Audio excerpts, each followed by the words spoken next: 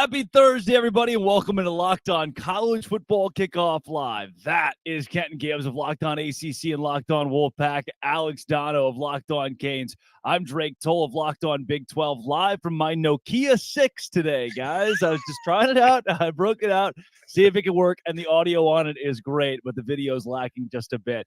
And it's not Friday. I usually thank everybody for joining us every Friday for Locked On College Football Kickoff Live. But considering games kick off tomorrow, we wanted to get a day ahead on Conference Championship weekend after a wild college football season.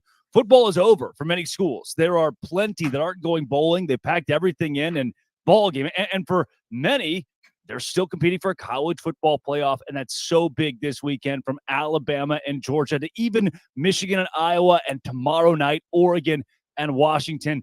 Kenton, this is it. We've got still 7-8 teams in play here, and we've got to bring it down to 4. Yeah, absolutely. And here's the deal. This final weekend of the season is going to be vitally important from a lot of aspects because there are multiple teams that are in this hunt. This is the most competitive that the CFP has ever been in terms of you can make a case for this team, you can make a case for this team, you can make a case for this team. And, I think looking at this situation, we're going to find out what the committee values in a lot of ways.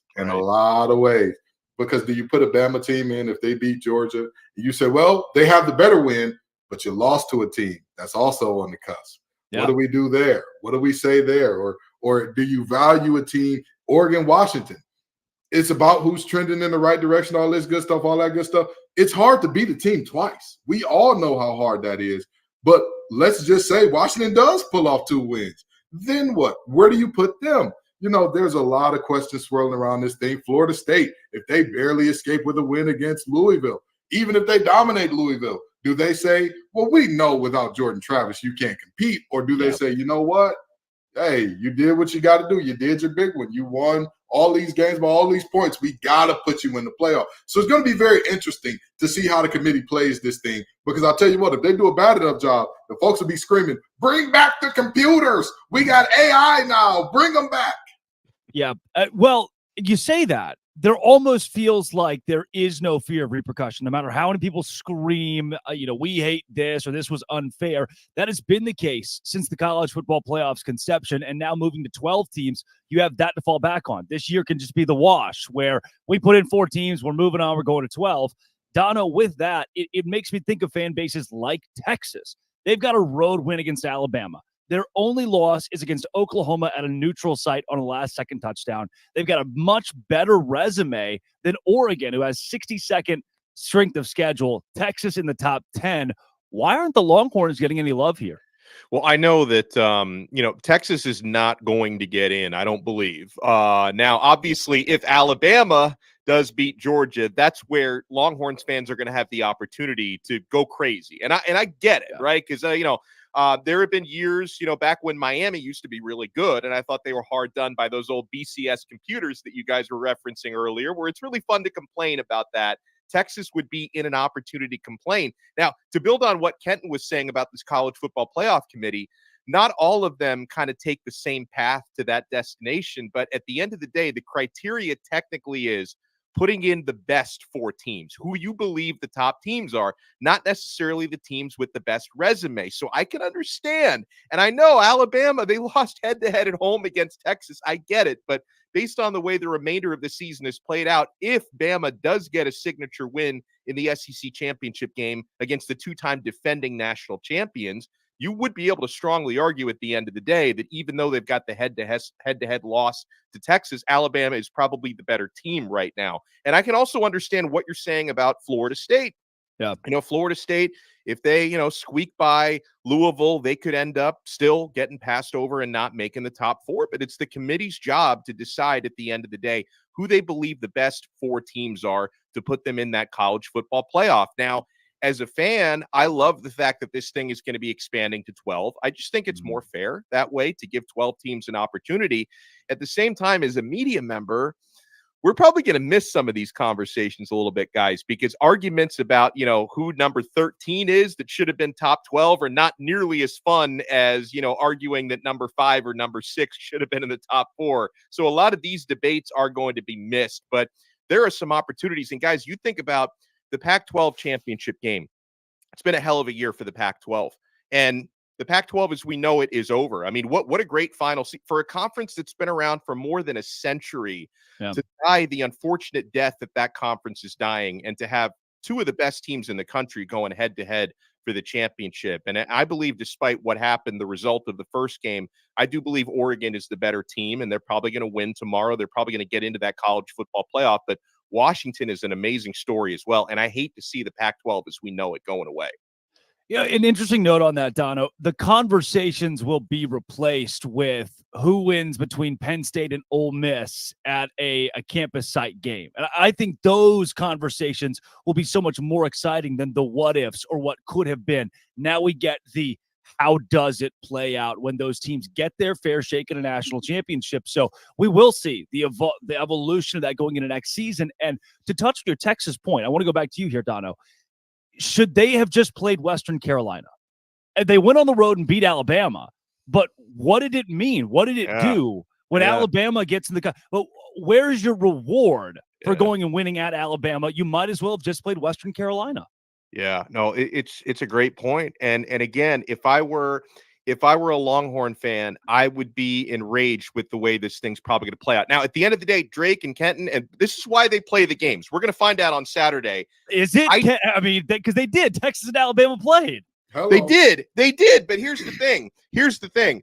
I don't think Alabama is going to beat Georgia and get in anyway. So that's my thing. If that were to happen, if Alabama beats Georgia, they get in, Texas doesn't. Texas has the right to be outraged. I don't believe it's going to play out. I think Georgia's going to win that game.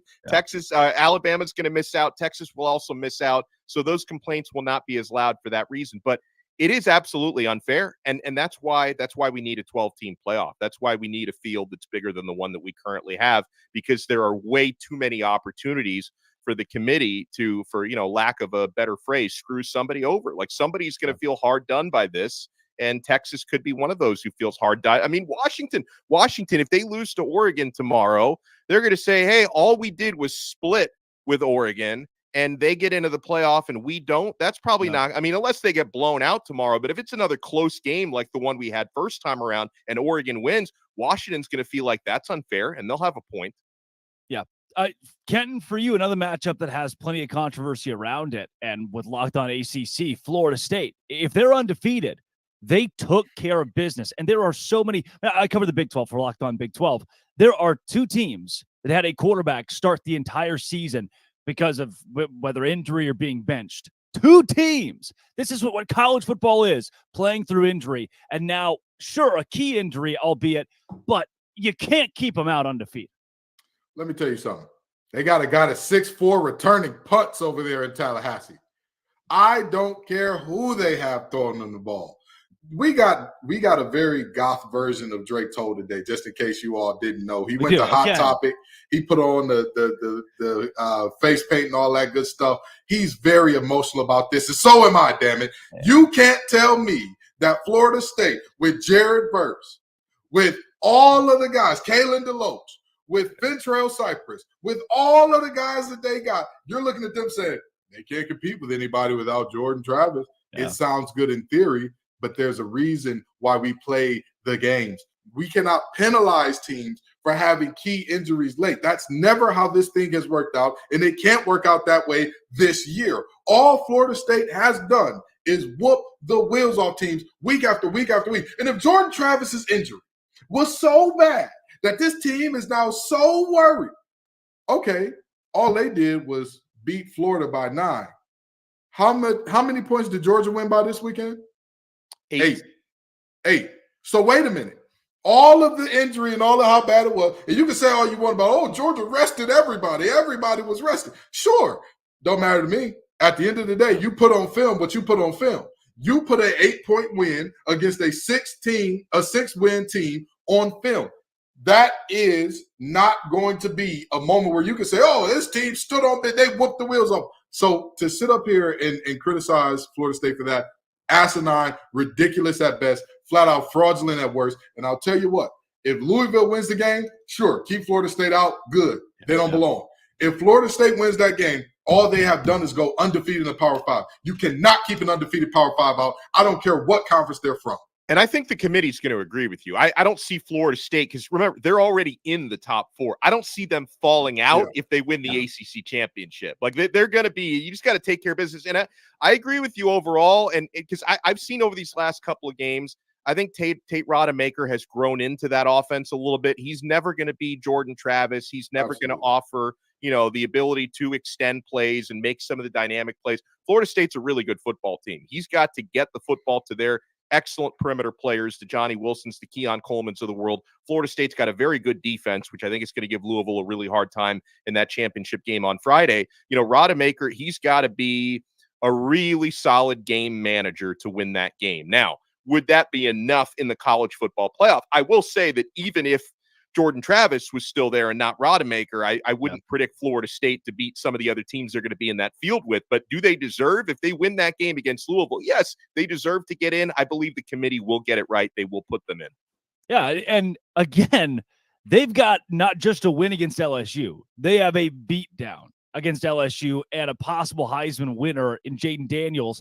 And more than ever to me, we are devaluing what teams did in the first 3 and 4 weeks of the season. We are taking away some of the big ones. We have planted these games in our schedules to build strength of schedule.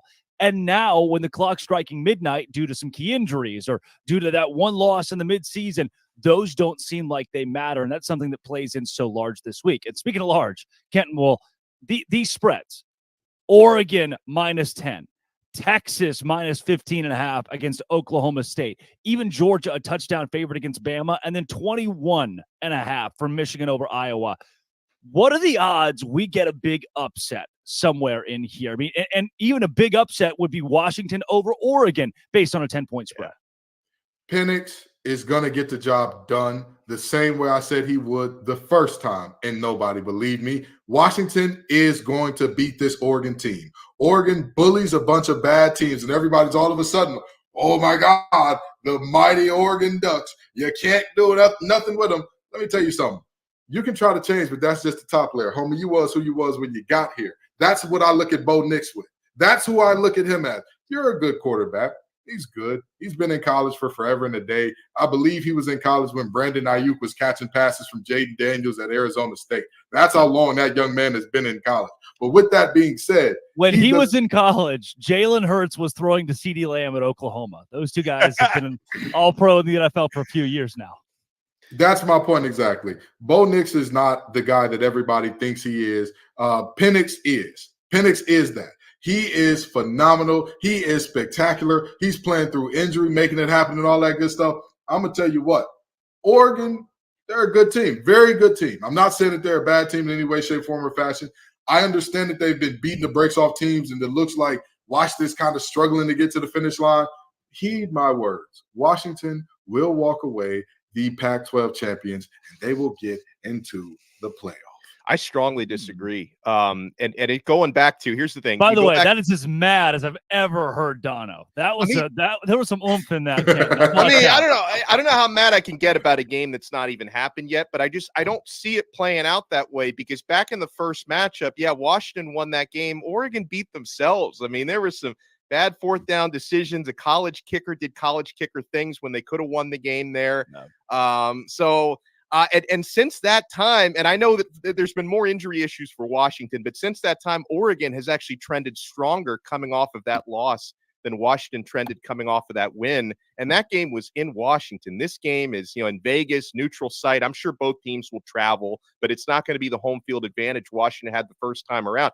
I can agree with you on Penix. Like, I'll take Penix over Bo Nix, but Bo Nix is not chopped liver. I mean, 6 year has been the charm for him. He's been incredible out there this season. He and Penix have very comparable numbers. Nix arguably has slightly better numbers this year. So this is also, I think Jaden Daniels should be the Heisman winner. Let me just say that. But this matchup could decide that Heisman, because the Heisman voters, do they value the stats or do they value the signature win? So if more value comes into the signature win, that matchup could decide it. I see Oregon winning the game. The 9.5-point spread is probably too big, but I think Oregon is an insane spread. That's unbelievable. For a team that beat them in the regular season, I wasn't expecting that. And to your point, Donna, when you talk stats or the big moments, who has a Heisman moment? Nobody yet. And you could argue that Caleb Williams never really had one. It wasn't about the wins at the end of the year. He was so statistically dominant that he beat out a guy like Max Duggan, who had a couple of Heisman moments. And this year, when nobody's come to the forefront of that, you have two guys duking it out there at the top of the conversation in Bo Nix and Michael Penix Jr. that can grab their own. But for you, we've got Ken's. He's got Washington over Oregon this week. Dono, do you find an upset in this conference championship weekend? If there is one, that would be the most likely one, but I do think Oregon's going to win that game.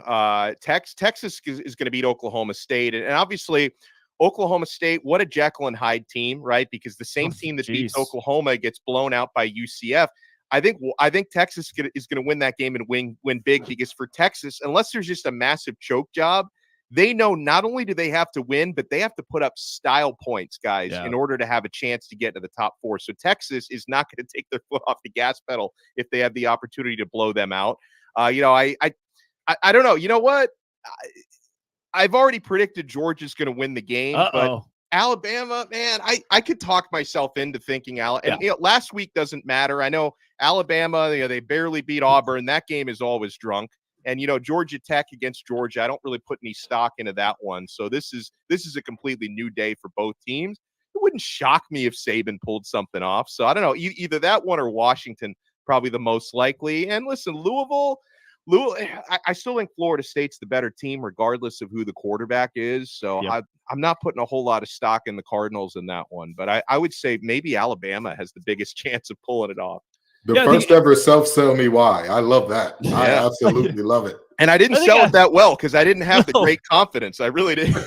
No, I think I've sold myself was the approach there. Alabama to me too. There comes a point for Nick Saban where we've broke. In the bend don't break conversation, Alabama has been broke against Georgia year in and year out now. I know it's only been the last couple of seasons Georgia's gotten the best, but at some point, Nick Saban says, look, I'm still the top dog. I'm still the king. There was that era where he had never lost to an assistant for a decade. He's still Nick Saban. And that's got to be the message at Alabama and through Tuscaloosa this week. And then you get in the conversation of, does that keep Georgia out? That complicates things so much as we go down the stretch here in the college football playoff conversation. But speaking of that, let's get into some sell me whys for these underdogs and those who are big favorites this week. We will also talk transfer portal, all the latest in that, and maybe even some Liberty, New Mexico State, Miami, Ohio, Toledo. Who knows what's in store on Locked On College Football Kickoff Live. But first, we'll take it to Dono.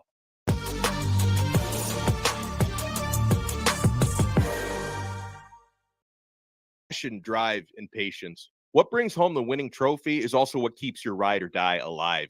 eBay Motors has everything you need to maintain your vehicle and level it up to peak performance. From superchargers, roof racks, exhaust kits, LED headlights, and more, whether you're into speed, power, or style, eBay Motors has got you covered.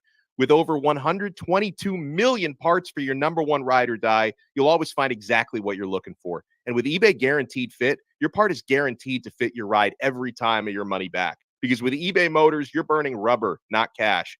With all the parts you need at the prices you want, it's easy to turn your car into the MVP and bring home that win. Keep your ride or die alive at ebaymotors.com. Eligible items only. Exclusions apply. eBay Guaranteed Fit only available to U.S. customers.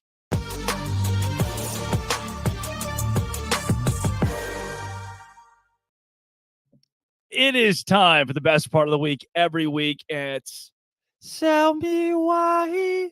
Oh, a little out of tune. We'll try to get over the course the rest of the segment. Number 8, Alabama takes on undefeated number 1 Georgia in the SEC Championship. Here is Luke Robinson of Locked On Bama to sell us why the Alabama Crimson Tide can cover a touchdown. Hey, everybody. My name is Luke Robinson with Locked On Bama, and I'm going to sell you why you should take Alabama and the points against Georgia in this SEC Championship game. And the reason is because Alabama's rarely an underdog, and when they are, they typically win the game outright. I would say, hey, look, if you want to take a smaller gamble, take Alabama on the money line, because I'm telling you what, this team is playing really, really well. They're having a lot of fun. In a couple of games, Alabama hadn't been underdog many in the past, say, decade, about 4. At least 2 of those were against Georgia.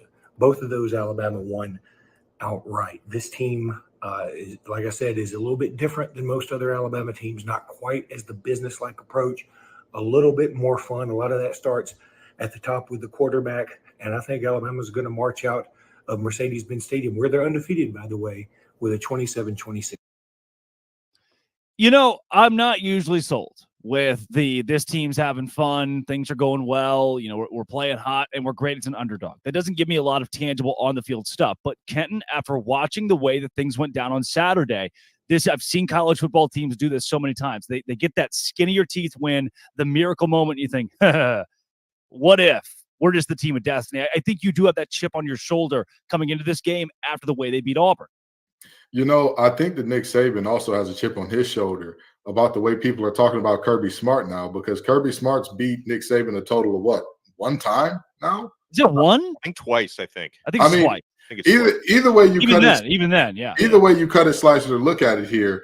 In the last time that Georgia beat Alabama, in that same season, Alabama had beaten Georgia before that. You're looking at a situation where people are going to be saying, oh my God, is it time for Nick to hang it up and all that? In the same way that we got a swan song out of the Pac-12, unlike something that any of us could have precipitated, we're probably going to get the same thing out of Nick Saban here. Like, all right, the old dog still got a couple left in me. In the words of Tim McGraw, I ain't as good as I once was, but I'll be as good once as I ever was. And I think that this is Nick Saban's moment. Toby Keith. Toby Keith. I don't know country singers. My bad. Anyway, I think that we get that one where he's as good as he ever was right here. All right. Dono, do you like him covering a touchdown? I do. And I'm glad we had Luke on because he sold it better than I sold it to myself. So he may, and I didn't realize they were undefeated in Mercedes-Benz Stadium. So that's another feather in my cap there. But tangible stuff. Alabama's got the best defense Georgia has faced all year. I think that's worth noting. And, you know, Drake, I think you were the one who mentioned when you get the type of win and the type of moment that Bama had last week, where, you know, you're converting a 4th and 31 to win the football game, snatching victory from the jaws of defeat.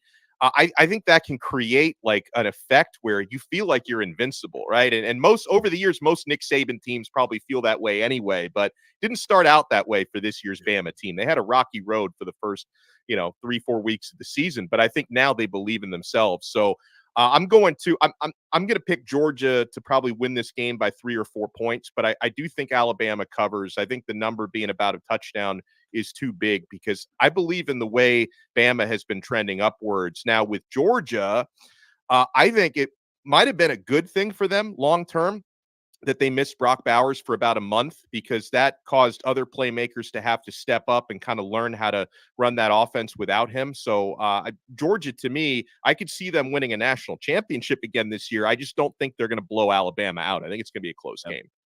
Kenton, you are as good as you once were. It is one win. Kirby Smart has gotten one win in 5 tries against Nick Saban. So I'll retract my statement. I double retract.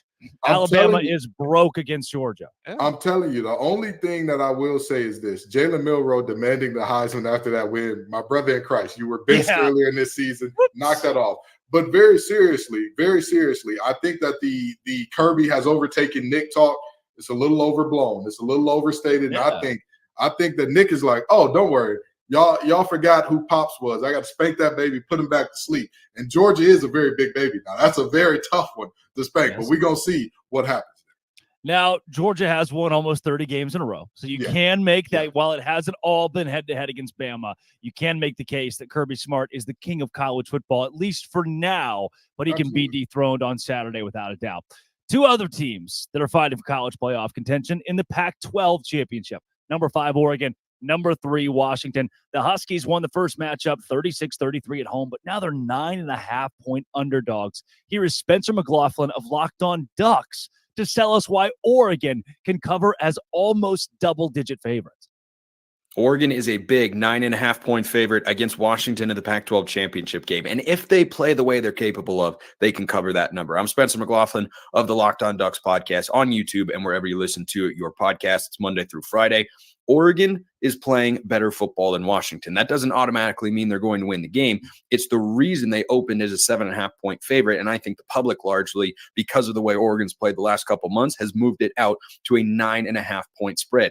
Oregon can cover that number, though. Bo Nix is playing as good a football as anybody in the country. His decision-making and playmaking have both been off the charts good over the last couple of months. The run game hasn't been quite what it was in the first half of the season, but in each of the last two matchups with Washington, both losses for the Ducks, Oregon has run the ball exceptionally well, and the Huskies have struggled to tackle. If that comes up again, Oregon can win by 10. Okay. Oregon can win by 10 or more, Dono. I will agree with that. We've seen them dominate teams. However, you use the inverse of what Spencer brought. If Oregon plays their best brand of football, if Washington does the same, I still think the Huskies have an edge here. Well, the Huskies, and you could say the same thing about Oregon, honestly, but one of the reasons why I think this game is going to be close is just the big play potential. I mean, we've talked about Penix. He could at any point in time hit Rome Odunze for a 75-yard touchdown. It can happen in the blink of an eye. I think one of the keys for Washington, if they're going to pull off a big upset here, despite the fact that they've beaten this team already, can they generate any sort of a pass rush? I mean, we look at how good Bo Nix has been this year. It really shouldn't be that much of a mystery when the Ducks have only surrendered 5 sacks this year, guys. That's the fewest given up by any FBS team. And inversely, Washington is 110th in the nation in producing sacks. So if they can flip that narrative around a little bit and apply some pressure, that could be the X factor in this game, because I think a lot of people look at it and just say, this is probably going to be a shootout the way the first game was, probably going to be relatively high scoring and going to be really close. But if I'm going to look at the Huskies to pull one off, if they can put some pressure on Nix, which nobody's really done this year, that could give them an even bigger edge. But I thought Spencer did an okay job selling it, but I think even Spencer has got to know 9.5 points, that's probably too big for a game like this. Yeah. Kenton, for you as somebody who played the game at the collegiate level, how much of this comes down to coaching? Each team got a fair shake at, we have Kenton here? Oh, I think, he's back.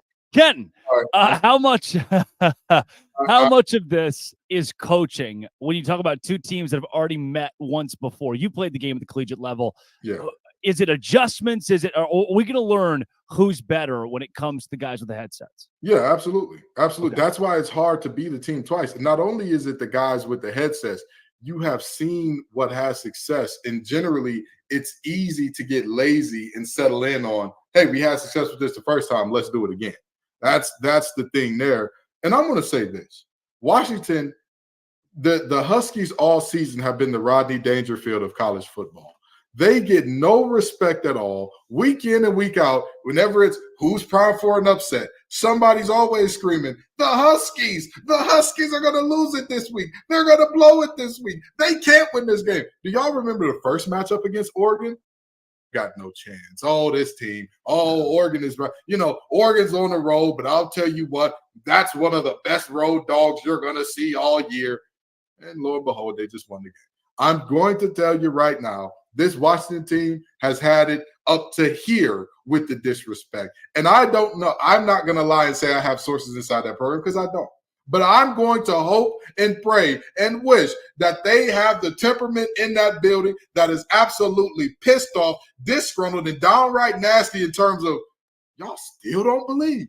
How much more can we do? So after we beat this team, let me guess, we're going to go to the playoff and y'all going to say we need to lose by double digits there too, right? It's their time. Huskies are having a special season. They keep it rolling here. I love it. Guys, one of the games we haven't talked about quite a bit is Michigan and Iowa. We'll get into that over the course of the show and later on, but let's go to Chris Gordy of Locked On SEC and talk a little bit more in depth about Alabama and Georgia, as this one certainly decides the makeup of the college football playoff. But first, we'll take it to Dono.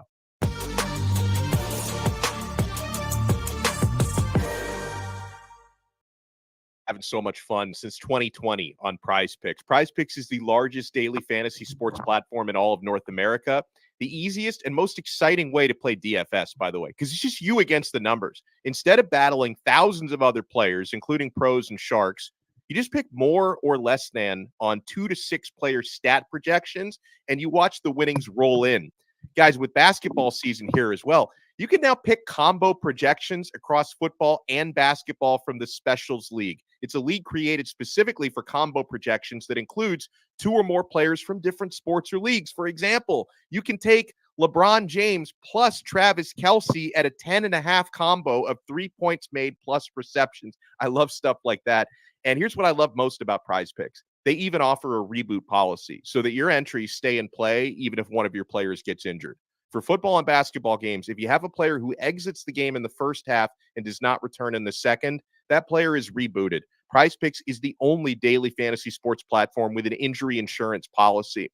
Go to prizepicks.com/lockedoncollege and use code LOCKEDONCollege for a first deposit match up to $100. Prize Picks really is daily fantasy sports made easy.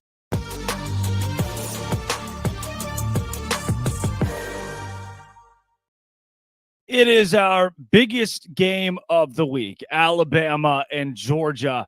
Chris Gordy here to break it down from Locked On SEC. Gordy, in this matchup, now as we've all learned, Nick Saban 4-1 against Kirby Smart. Does that trend continue and Georgia's almost 30-game win streak break?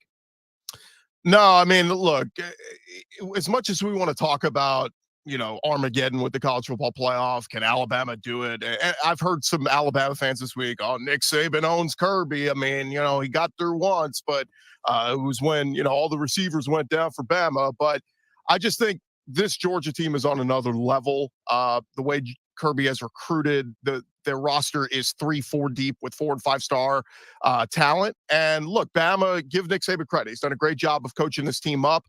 They were not, before the year, I think some of us kind of thought, okay, this could be a 2-loss team. And when they lose to Texas at home in week 2, some people are thinking, oh, they're going to lose 3-4 losses. Give them credit. They've rallied. I'm a little bit hesitant on the Jalen Milroe has arrived. They were very fortunate, as we know, to win that Iron Bowl a week ago. They should have lost that game. Miracle play. Give them credit. They make a big play when they needed to. But, when people were talking about, oh, this team's getting red hot, Milroe's looking great and all this, keep in mind who they were playing. They were playing some mediocre to bad defenses when he really started taking off.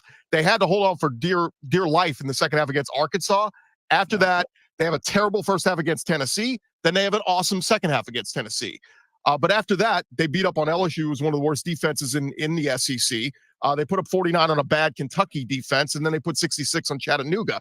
So, look, Alabama's good, but I'm not ready to say this is one of the best offenses. Look at some of the tougher defenses they've played this year. 24 against Ole Miss, 26 against A&M, 27 last week against Auburn, and really it was 21 because of that miracle touchdown. So I just think, the expectations are Georgia's not giving up more than, 24 to Bama. So if Bama gets to 24, can they hold Georgia's offense under that? Maybe, but it's going to take a special defensive performance from Georgia. See, you just took the question right out of my mouth because, normally Dono's the betting guy, but I was going to ask, what's the magic number in this game to get to? So instead, I'll ask you this.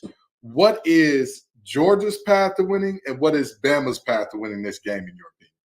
Yeah, I think Bama's going to need a turnover or two, or a big kick return. We saw Caleb Downs a couple weeks ago with a big punt return. They benched Kool-Aid McKinstry in the return game. So, if Caleb Downs returns a punt for a touchdown, that would be huge. A pick 6 on Carson Beck would be huge.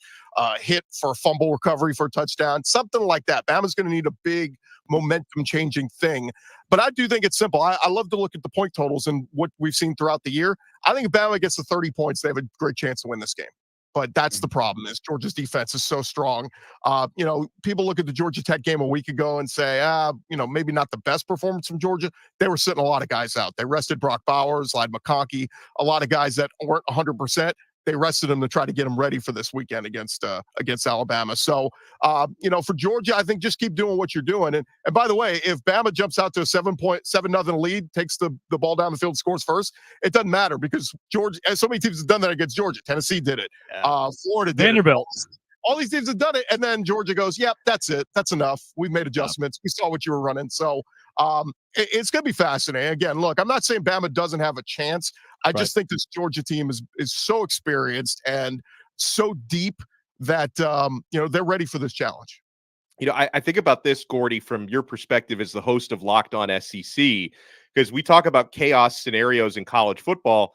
If Bama wins a close game this weekend, they both get into the playoff, right? Like Georgia and Bama would get.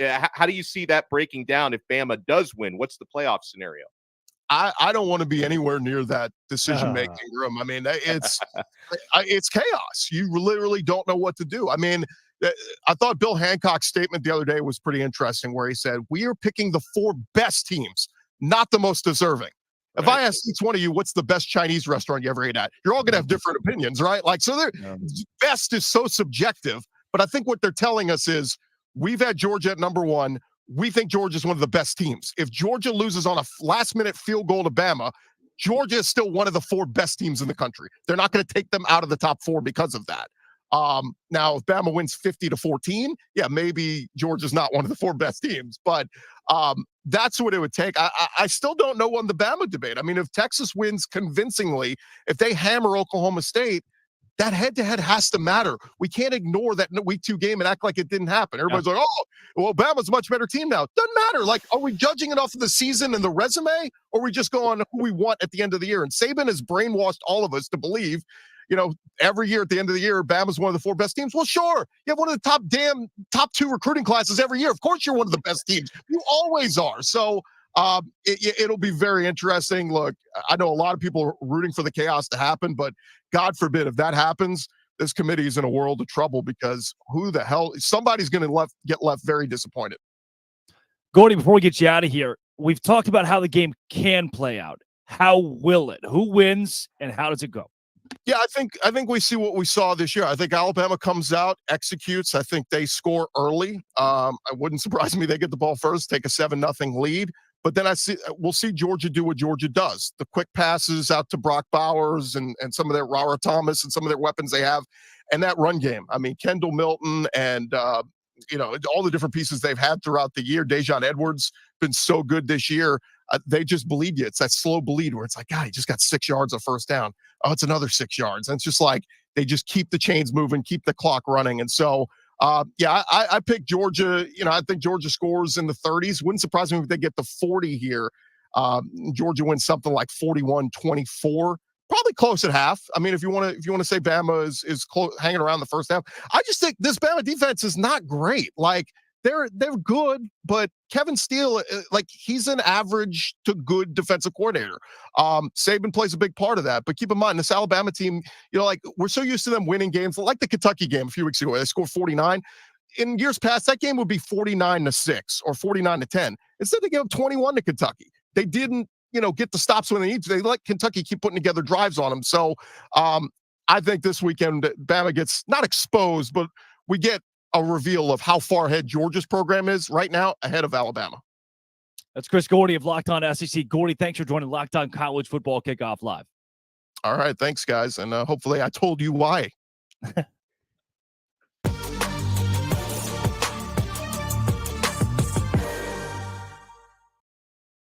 I think what Gordy was looking for there was, sell me why. He just kind of botched it, so I needed to come in and clean up a little bit there.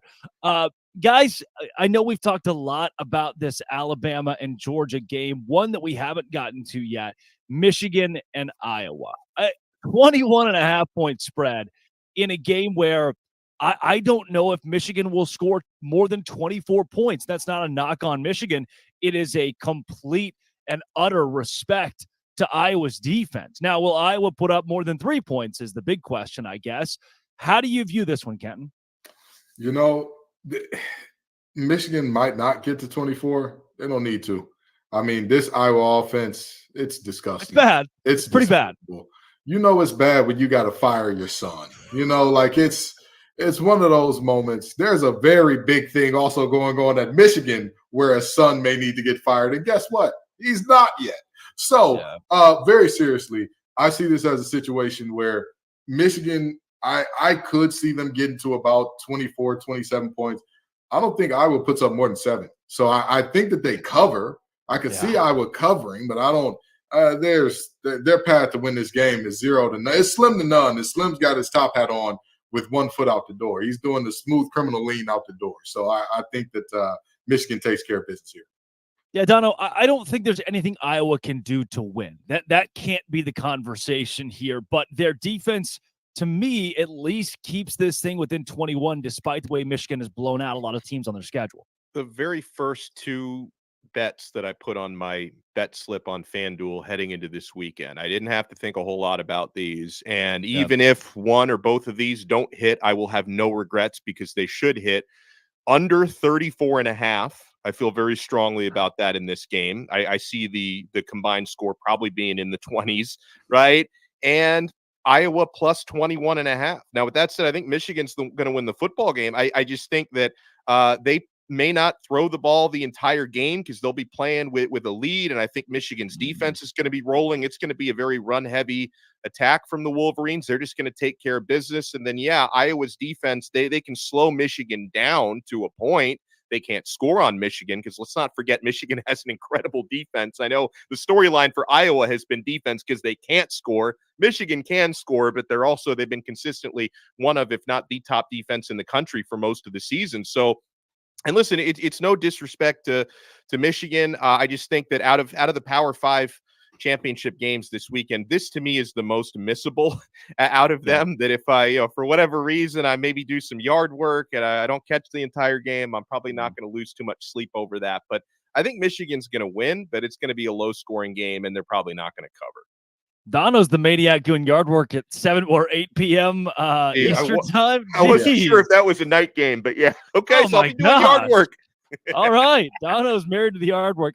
Iowa's last 5 games, 13-10, 15-13, 22-0, 10-7, and 12-10, which is straight out of the book of the 1920s. Just like John Heisman era, Georgia Tech, Cornell going out there and duking it out. I do think Iowa covers the 21.5 this weekend. That's given us a good view, guys, of the conference championship games this week. I know the one that we really didn't touch too much on is Texas, Oklahoma State, but the biggest storyline in that is not the game itself. It's more so, can Texas backdoor its way into the college football playoff somehow, and how does that resume stack up? But as we move out of the games themselves, let's go into some big booms and busts. This is really the last chance we'll get to pinpoint those over the course of the entire year that we think, wow, that team is a bust. And Kenton, I know you're passionate about a couple. Yeah, I want to start off with bust, and I want to actually start here, okay? Everybody during rivalry week who's being soft is saying, please stop saying mean things to our team. Listen, it's rivalry week. Turn the sprinklers on. I love it. Turn the sprinklers on. Turn the sprinklers on. And tell me you did it. Call the opposing team pieces of crap. That's what you're supposed to do. Say that you couldn't get into our school. Say that. You're supposed to hate each other. That is how this thing works. What does Georgia and Georgia Tech call theirs? Clean, old-fashioned hate. What does West Virginia say to Pitt when the song Sweet Carolina come on? They tell them to eat feces in a 4-letter word that rhymes with spit. Obviously, I'm not going to say it because I don't want that call from David. You know, Ghost Drake Toll needs money to get that makeup that he's applying. So, with that being said, my first bust goes there. My second bust. This makes me happy. This brings great joy to my heart. This brings joy. There we go. Oh, William Mack Brown. Come on down to the floor. And I know a lot of you are thinking, oh, you're partying on your enemy's grave and you beat them.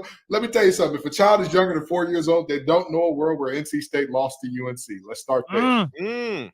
Let's go beyond that to the fact that for 2 straight seasons, those boys in Chapel Hill have absolutely broken down like a 93 Pinto on the side of the road. Wait a second. If a child's under 4 years old, they don't know a lot of things, Kenton. I just want to throw that part out there as well. That's fair. That's fair. That's very fair. But you've got a point. I'll give it to you. But the reality is, this man has led this program to top 10, top 12, top 15, and then falling off a cliff every single time with no parachute. This ain't Fortnite. They falling off that cliff and they're ugly, man. I mean, this is like the other guys when they said aim for the bushes. What bushes, Mac? This is hideous. Why does your team not show up for the second half of the season? That's my second bust. Oh, geez. Dono, are you as passionate about yours? Let me go with a long-term bust. I can't say I expected them to win this past weekend, but our pal LinkedIn Billy, not bowl eligible, 5-7 season for and next year still haven't fired him. Next year's schedule is even tougher. Like Florida may win 3. They could have a better team next year. They probably won't, but if they had a better team next year, they might only win 3 or 4 games next year. Jeez, so Dono. I'm just surprised Brandon hasn't muted me yet. Pick him down, why don't you? Victory lapping our rivals. We love this. Yeah, we love this. I was gonna throw some shade at North Carolina, but I can't possibly do it better than the way Kenton just did, so I'll leave that one alone. In terms of just strict busts from last week, okay? How can I not go Auburn? I mean, you are a 4th and 31 stop at home away from beating Alabama, and you don't stop that 4th and 31. And how many seconds did Jalen Milroe have to throw that football? He was in what felt like 30 seconds. He's dancing around in and out of the pocket. But listen, I know it's a tough one. Wherever you are, Zach Blackerby, I'm so sorry. And I'm sure you haven't recovered from that yet. And I can't blame you for not having recovered from that. But I got to go with them for a bust. And if I can flip the script to this is one of those weird weeks where my busts outweigh my booms. But I've got to go Michigan for a boom, right? I mean, last week, rivalry week, and out of all the rivalry games played, none were bigger and none were contested against a tougher opponent than you could argue Ohio State had the toughest opponent, but, from Michigan's side of things, that was the biggest win of the week. That was a defining win for Michigan, once again, without Jim Harbaugh on the sidelines. He finished out that suspension. So Michigan is my boom above all booms this week. All right. I've got plenty of busts this week. Because we have not talked a lot of Texas and Oklahoma State. I'm going to give you a little bit from the Big 12, but I'm going to start with my Nokia 6 that I'm recording this from. That's my first bust. We got to upgrade things. My second is Geek Squad at best, but they say fixed. They say my computer's fixed, and this is what I get. My goth girl era. I am livid today, but hey, we've made it work. The audio is great. My biggest bust. Goth girl Drake. We stand her. Yep. Best Buy Geek Squad does not stand on business. I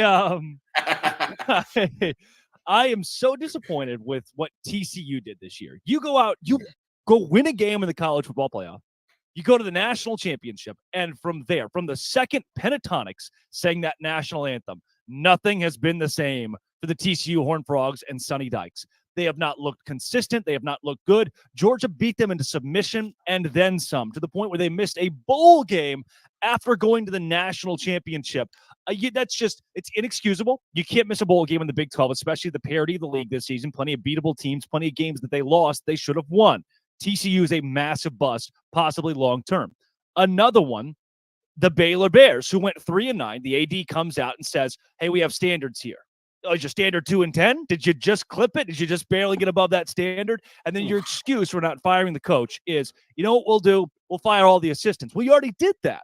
You did that 2 years ago, and now you're doing it. At some point, it's got to be the head coach. And then they say, well, the real issue must have been NIL.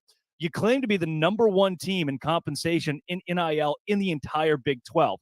But that's the issue. That's why you're losing ball game. Well, the portal's not good enough. You brought in 13 guys last year, have one of the top classes in the Big 12.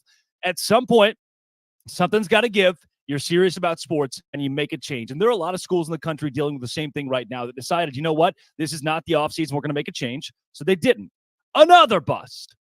The guy is having relations with a volleyball player, hires her on staff to continue said unspeakable relations, then wrecks his motorcycle, lies about it, says she was a bystander, helped him out. Then it comes out that he lied. He's got a whole wife and kids, and you fire the guy who hired a woman who he was seeing on the side.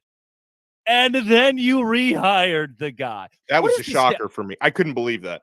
What is the statute of limitations on being a bad person? At what point, is it 10 years, is it 12 years, we decide, you know what, I would rather win football games?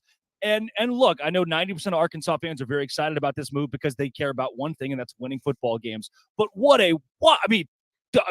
Do we not remember the true details of the atrocity of what he did to that woman, to the university, the embarrassment that was? And Arkansas has hired Bobby Petrino as their offensive coordinator. I got busts all around. My boom, though, Mike Gundy. Give me Oklahoma State and Mike Gundy for losing to South Alabama and still making the Big 12 championship game somehow. But, Dono, you perked up there a bit. This whole Bobby Petrino thing I do want to hone in on for a second because it's wild.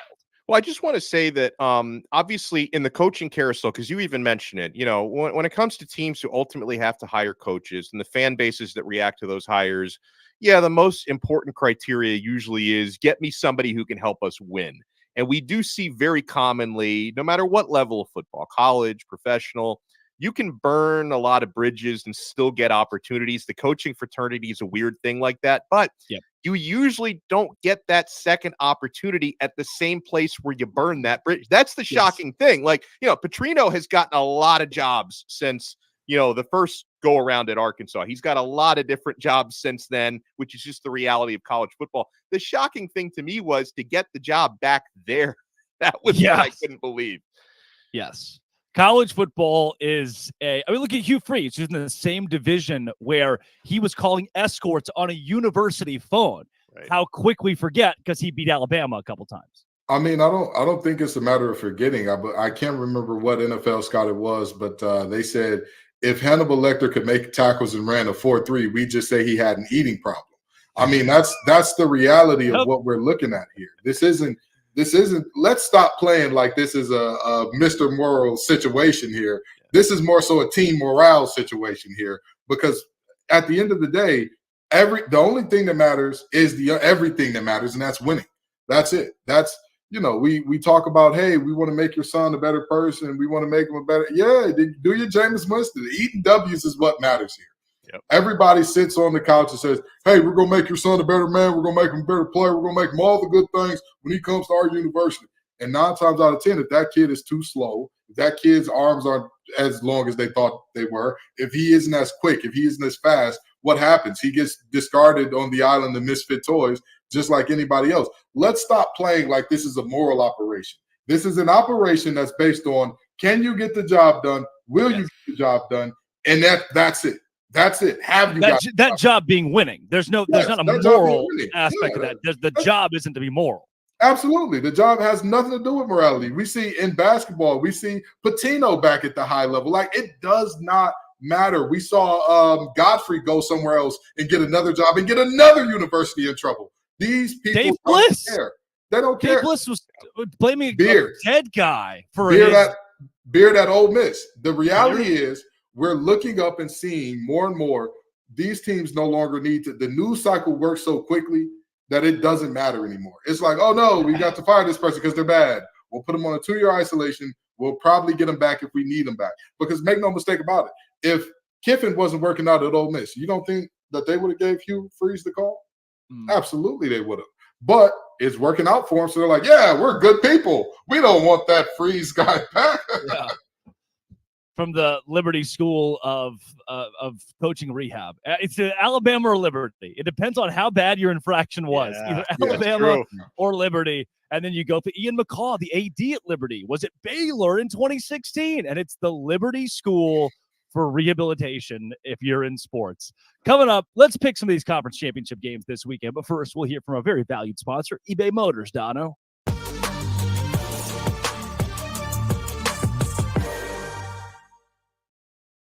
Passion, drive, and patience. What brings home the winning trophy is also what keeps your ride or die alive.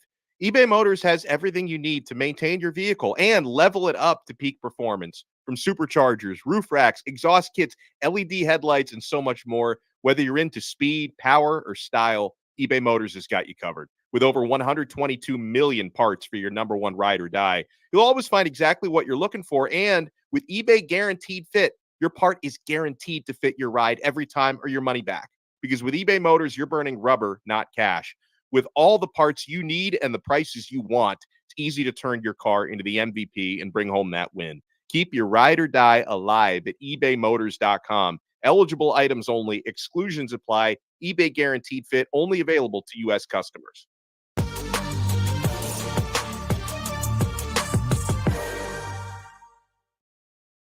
All right, let's close this thing out, boys. Conference Championship weekend. Very quickly, very, very quickly. Miami of Ohio and Toledo this week. Alex Dono. Because I don't want to anger Brandon Olson more than I have already. Our lead producer here is the one who he's a Toledo guy, in addition to being the host of Locked On Gators. I'm going to go with the Toledo Rockets to get it done. Kenton Gibbs. Give me the Rockets. Every time I picked against cast technicians, I have lost this year. Give me the Rockets. All right, fine. I'll take Toledo just for Brandon. I know he's had a tough year with Florida. Toledo it is. Let's go Oklahoma State and Texas, 11 a.m. on ABC and airing in Times Square. Brett Yormark has rented out a video board to play this game in New York, and no one's going to care. Alex Dono, who wins the Big 12 championship? No, Texas is going to win the game. I think the question to me is, depending on which version of Oklahoma State shows up, does Texas cover 15.5? But Texas is going to, and you know what? I think Texas probably will win big, guys, because I mentioned it earlier. Not only winning this game, because that might not be enough. You've got to win this game with style points. You know, Sark and company, they know that you've really got to blow Oklahoma State out to even give yourself a chance if a team like Alabama loses in front of you to get into that top 4. So I'm going with Texas to win big. Kenton. Of all the Power 5 teams in conference championships, they are the most one-dimensional in terms of Oklahoma State and leaning on Ollie Gordon. With that being said, I only say that because Iowa has no dimensions offensively. I give Texas the nod in this one, and I think they cover because, I mean, the goal is simple. Fill the box, stop Ollie, win the game. I think they do so handily. Texas allows 89 rushing yards per game. They allowed 330 passing yards to Rocco Beck, but I don't think Alan Bowman's even as good as Iowa State's Rocco Beck. If forced to throw the ball, Oklahoma State's going to lose. Texas thwarts a late comeback. The Cowboys cover 15.5, but Texas wins by a score. Let's go Georgia, Alabama, 3 o'clock, CBS. Kenton, where do you lean? Roll Tide, roll. I've got Bama pulling off the upset. I think that, again, Saban is tired of hearing about his assistant finally getting one on him. And he said, all right, I'll show you. I'll show you exactly what's going on. Give me Bama. Dono. You know, it's crazy because we've had a couple good sell me whys in conversations. Like Luke from Locked On Bama made a strong case to Bama to cover, maybe even win the game. Gordy from Locked On SEC basically told us Georgia's going to blow them out. I'm going to stick with my guns to say I still think it's going to be a closer game than Gordy gave him credit for from a Bama side. I don't think they're going to pull off the upset, though. Georgia, to me, is just the better football team. That's going to carry over, and Kirby Smart is going to be 2-4 against his former mentor coming up this weekend. I've got Georgia winning a close one. I'm going to go with Kenton here. I'm going to go Alabama. I think Nick Saban. That's the lean. That's the edge that I give it. I'm going to go Nick Saban and Alabama. They find a way to get it done. They lead early, and they somehow they keep that lead. They find a way to keep that lead. They never trail in this game and win it by a score. Michigan and Iowa, we already give a deep rundown in the show. All of us, we're all good with Michigan here. Absolutely. That one feels pretty obvious. Louisville, Florida State, close to you guys in your territory. Kenton, where do you go? I got Florida State winning a close one. The ACC fans could see Florida State blowing the doors off this thing in terms of voters for Locked On ACC. But I don't see a world where Florida absolutely whoops the wheels off them unless Jack Plummer puts on a disaster class, which we have seen from him at times this year. So I think the Florida State wins a close one unless Jack doesn't show up, at which point this one gets ugly early.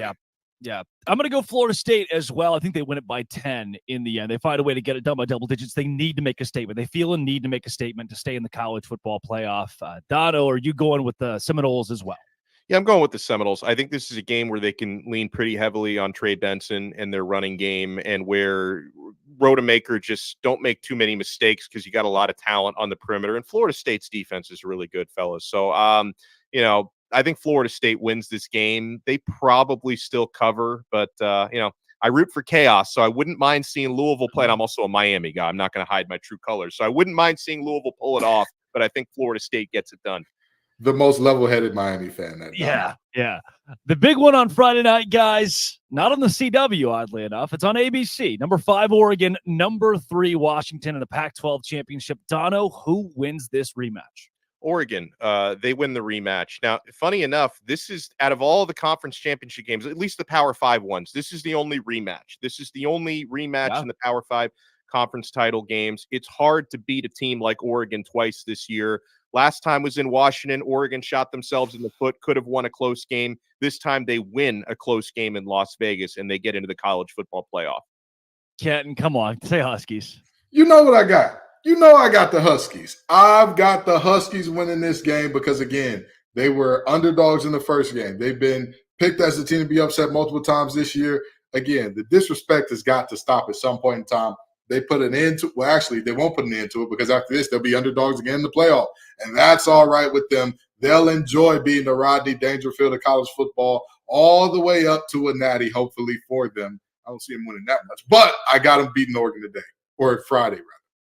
Give me the Washington Huskies in this game. I just think we saw too many coaching blunders in the first game from Oregon for me to trust that staff coming up in a rematch. I'm going to go Washington in this one.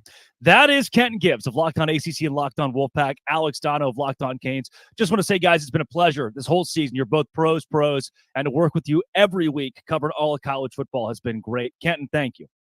Absolutely. I'm excited to be here with you, Drake, man. I'm excited to be here with you, Dono. I'll tell you what, when I got the call about this show, I said, who am I going to be doing it with? They told me y'all too. I did some research. I said, wait a minute now. This little blind kid is all right. This is the best blind kid since Bieber. I love it. We got to get some toe fever going, baby. We got to get it rolling. Dono, a pleasure to work with you too. Pleasure to work with you both. Like I knew Kenton a little bit going back to last year with Locked On ACC, getting to know Kenton better and getting to know Drake Toll because I knew him as the best hair in the business. He and Borba have the best hair on the Locked On network, but there's a lot of substance behind that hair, Drake. You did a fantastic job all year long. Thanks, guys. As a 16-year-old who just got my car keys last week, it's been an honor to get this call. This has been and always will be. Thank you all for joining us every single week for Locked On College Football Kickoff Live.